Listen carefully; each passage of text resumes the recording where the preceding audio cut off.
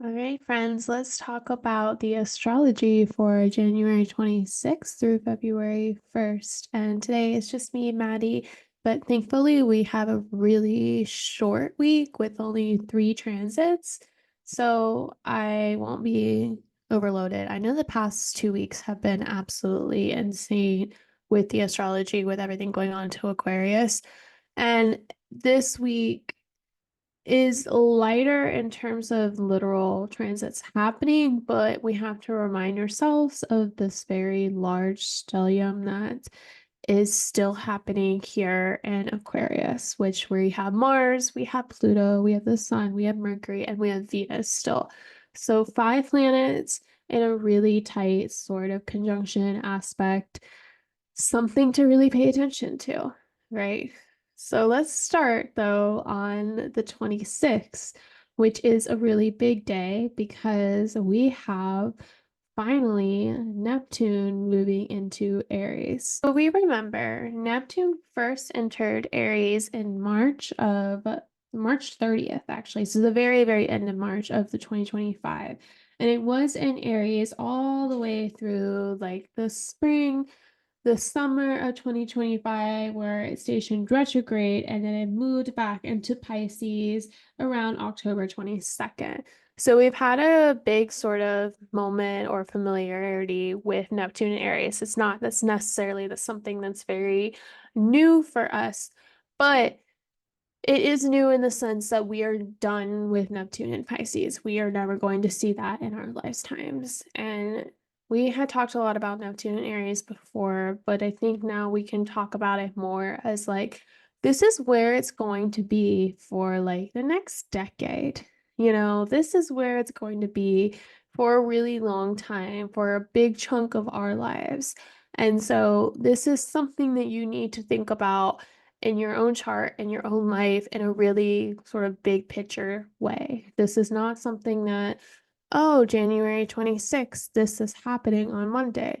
Yes, it's happening on Monday, and also, what does this mean for you long term? And so, if you kind of reflect back a bit from March through October of last year, what was kind of coming up for you that may give you a little bit of a piece and a seed. The thing is, Saturn, of course, is really in the mix. So distinguishing between Neptune and Saturn right now is hard because they are really so tightly locked in. Even now with Neptune moving into Aries, they're still within 3 degrees, 2 degrees, honestly, really still tight conjunction. But as a follower of traditional astrology, I really do think that sign boundary gives a little bit of separation between the two, albeit it's still really small and it's like they're still working together, but in different areas of our life. So with Neptune moving into Aries, you may feel that the Pisces area of your life may get a little bit clearer. There may get a little more like concrete information coming into life. You may really start to understand what it is that structures you've been building or what it is that you've been working on. If Neptune has made that confusing, now that it's in Aries, Saturn can clearly see, hey, this is where it's been, and this is what's left, and this is what I need to emphasize more on, or this is what I was missing. Something may suddenly come out Neptune shifts into areas where you realize, oh, I've been looking at this completely the wrong way. Like I've completely missed this detail. I missed this piece of information. I noticed that at least the first time that happened again last year, because if you remember, Neptune did enter Aries first in the end of March, and then Saturn did it in the end of May. So there was this period of time, which was literally just April and like most of May, where Saturn and Neptune were separated by that sign boundary. And that's where I really felt the Neptune and Aries part and the Saturn and Pisces part, like they were slightly more distinguishable. And, it can be helpful for Pisces, but I don't think it's as helpful for Aries because now we get a really passionate Neptune. Like we get a really passionate dream. we had a really passionate desire. Like we feel like this is the answer to everything. This is what I want. This is what I need. This is what I have to create. This is what I have to do. Um, just really high emphasis on all of the things that we want to fight for or stand up against or change for ourselves. Neptune as well is a really high individualistic sort of placement where it's like, I am the leader and the dreamer. And, a lot of big spiritual warriors or so can have this placement because it's like you believe so passionately that this is the truth. And it's like you have to share that or bring that out to the world. I wonder collectively, just because Neptune in Pisces was so much like empathy and, being more softer to people's emotions and being more aware of other people's experiences. Like, I do really feel like with Neptune's transit through Pisces, that as a society, we really started to realize that, people aren't exactly everyone has a different inner experience, and that what we one may experience is not what someone else is going to experience, and that's okay. But it does, I don't know, kind of make things like a little too wishy-washy, like, oh, constantly worrying about the other or worrying about the collective. But when we cross over to Aries, it's kind of like you just forget all of that. Like it's hyper individualism. It's hyper like, what do I need? What do I want? What do I need to cater to for myself? And I don't know. It's not my favorite, I think, but I'm definitely biased because these positions make really hard aspects to my chart. So if you do have early cardinal placements in Aries, Capricorn, Libra, or Cancer, you do want to really look back to 2025, especially in the summer, what was coming up for you, and know that that's going to be an intense period of time for several months to a year or so, depending on what degree your placements are. But Neptune in Aries is the first seed, the first big shift that we have this year. This is where we really are going to start to see things start to change. We've been kind of reversing or looking back to the past with all the shifts back into Pisces and with Uranus back into Taurus. But all of these signs are going to be changing soon. These planets are changing signs. Neptune's the first. So if you also have been feeling like you're stuck or that you're spending a lot of time in retrograde motion, like looking back at your life or looking at things that you thought were already going to be done or finished or completed, there may be some more forward momentum with this. Because again, a fire sign is going to speed things up, is going to make things fast and heavy and quick and a little bit ungrounded, but also exciting. So think about areas in your chart at least. Think about what is something that you kind of touched on last year during the summer at least, and what would it be to dream up in that space, dream a bigger dream, to really create something that's new and exciting and is passionate, but maybe a little confusing. Maybe it's ungrounded at first. Maybe it's not very clear at first. Confusion is a big part of Neptune because it doesn't leave out any other solution. It's like everything can be possible, which is cool. But when you're trying to iron out a path, that's not very helpful.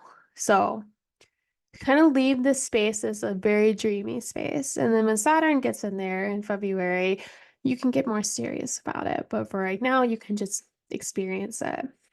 And then I would use again Saturn and Pisces, the last bit of it, without Neptune, as to get a more grounded sense of yourself and where your Saturn ruled houses are and wherever Pisces is in your chart. Hey, what have you been missing with Neptune? What has Neptune been covering up here? And now you can move forward on it. So Tuesday, the 27th, is Mars Day. Oh my gosh, I don't like this day. We have a Mars-Pluto conjunction right here at 3 degrees of Aquarius. And the moon is also conjuncting Uranus right around 27, 28 degrees of Taurus around midday. But that Mars-Pluto conjunction will be active all day. Yeah,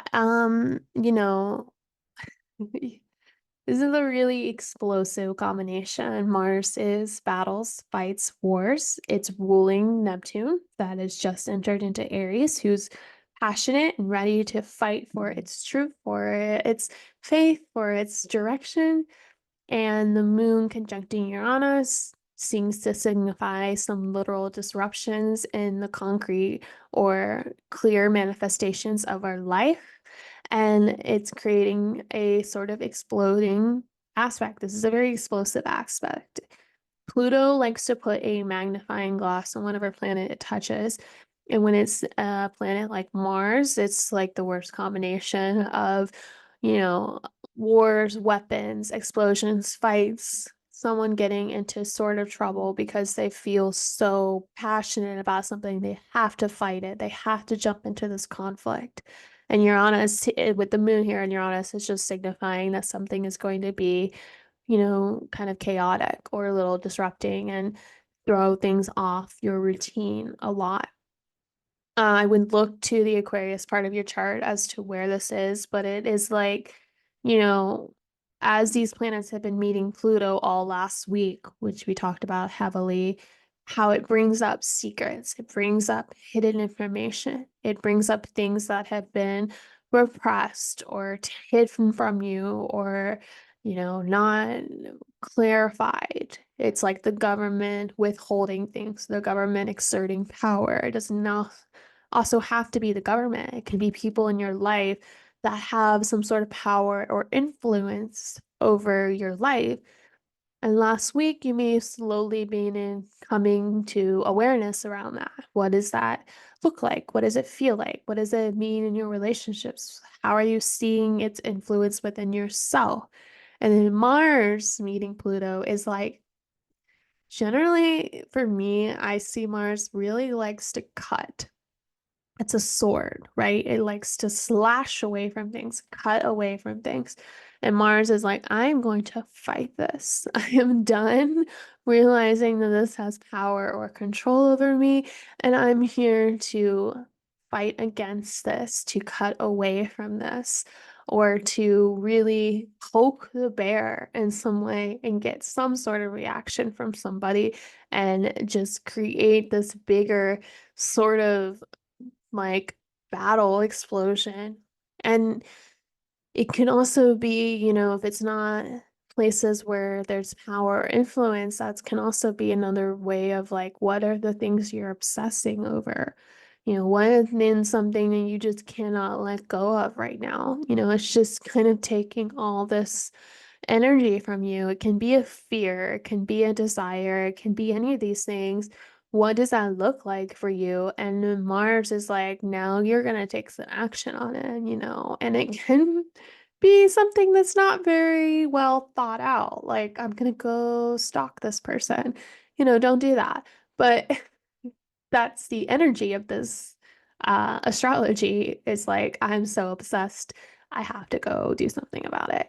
Or, I have such a fear that I have to, lash out at everyone else because I can't handle this internally.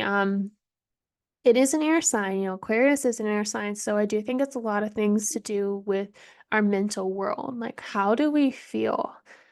Mentally, what are we thinking? What are the thoughts that are coming up about power, fear, and obsessions in this deeper, darker emotions? And what is that compelling us to do or take or, change in our lives? And that's exactly what's going to see happen. And as Taurus and Aquarius are in this fixed sign placement, obviously they're not really squaring anything by degree, but by sign they are squared.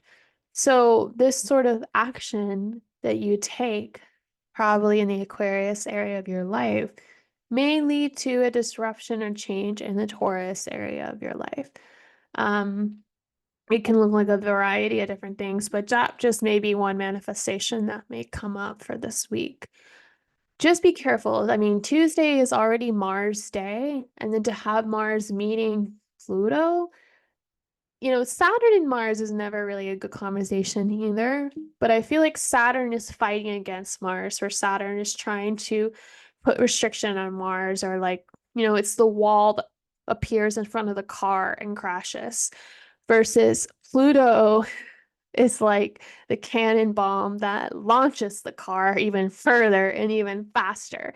Pluto is going to expand and explode Mars, versus Saturn's going to try to limit it in a frustrating way. So this is definitely one of the most explosive, dynamic, disrupting days to look forward to in January.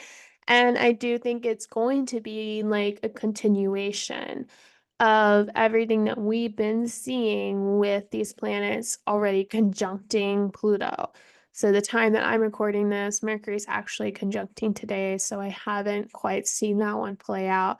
But I've seen a lot with like the Venus and Pluto, a lot going on with the United States government, and like the obsessions that the government is having about other countries wanting to take them over, or completely lost in their own kind of our own world of like utopia of what the country should look like versus what the country is actually experiencing.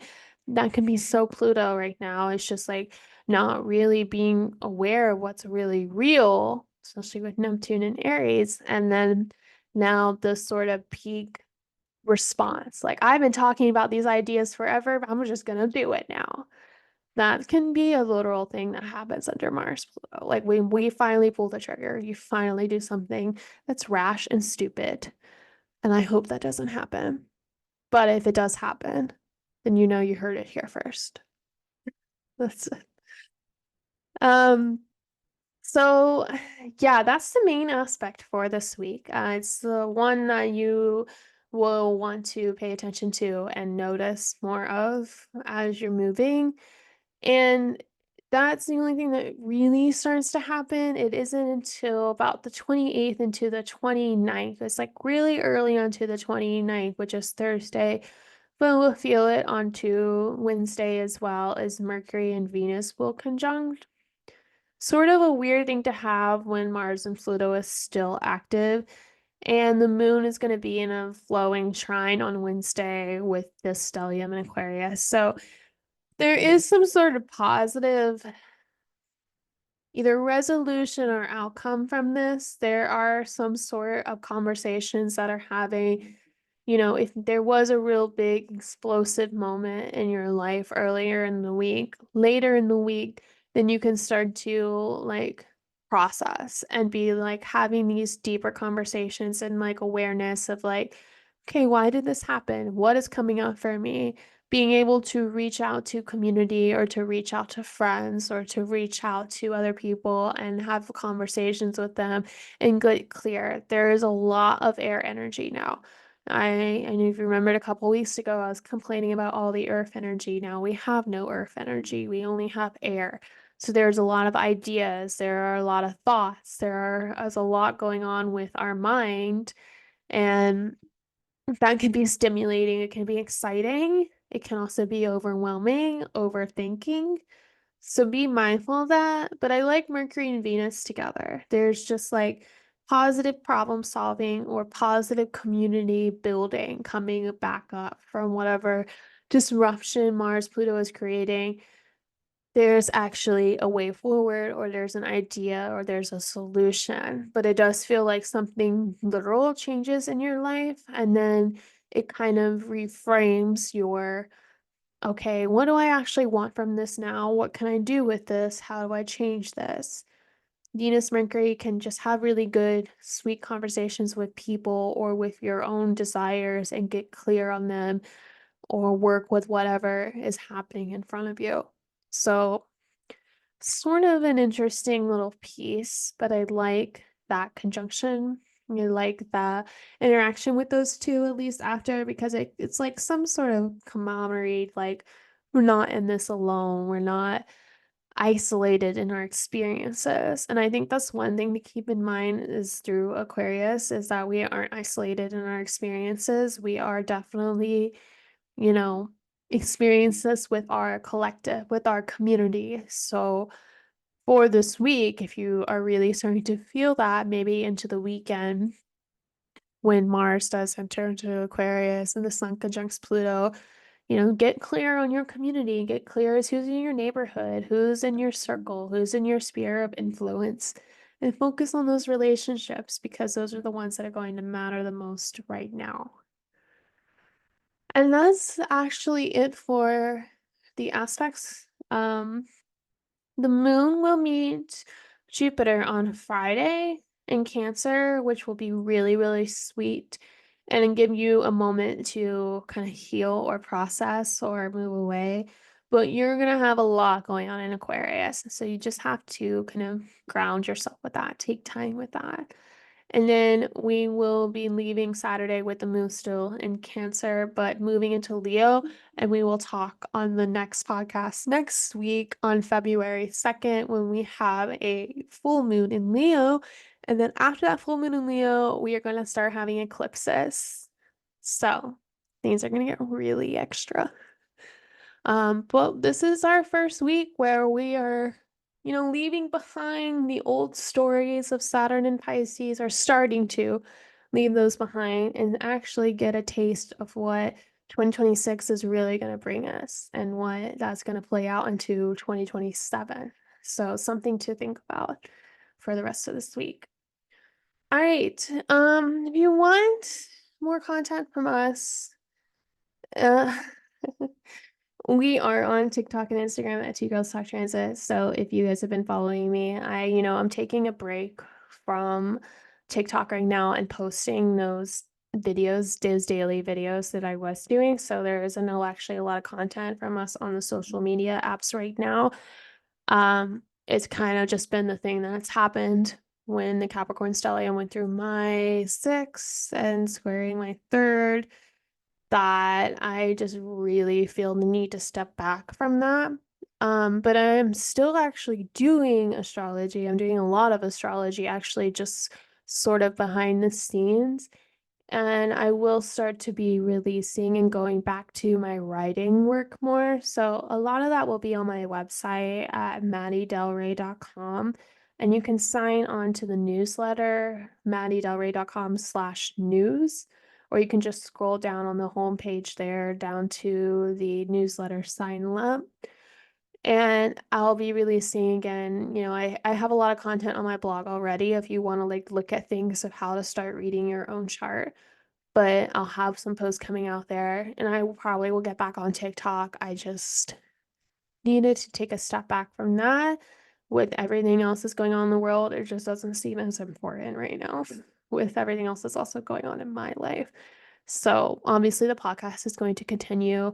Kaleigh will be back next week, but also so you all know, I will always continue this podcast. So, if there is anything that happens with us or as a partnership, this is my baby, so I will always continue it. So I just wanted to clarify those things 'cause I've gotten a few messages about what's going on, and I just needed to step back, and that's all. And I appreciate the support and everything that's going on. So that's where I'll be. But we will see you next week to talk about that full moon in Leo and everything else that's happening.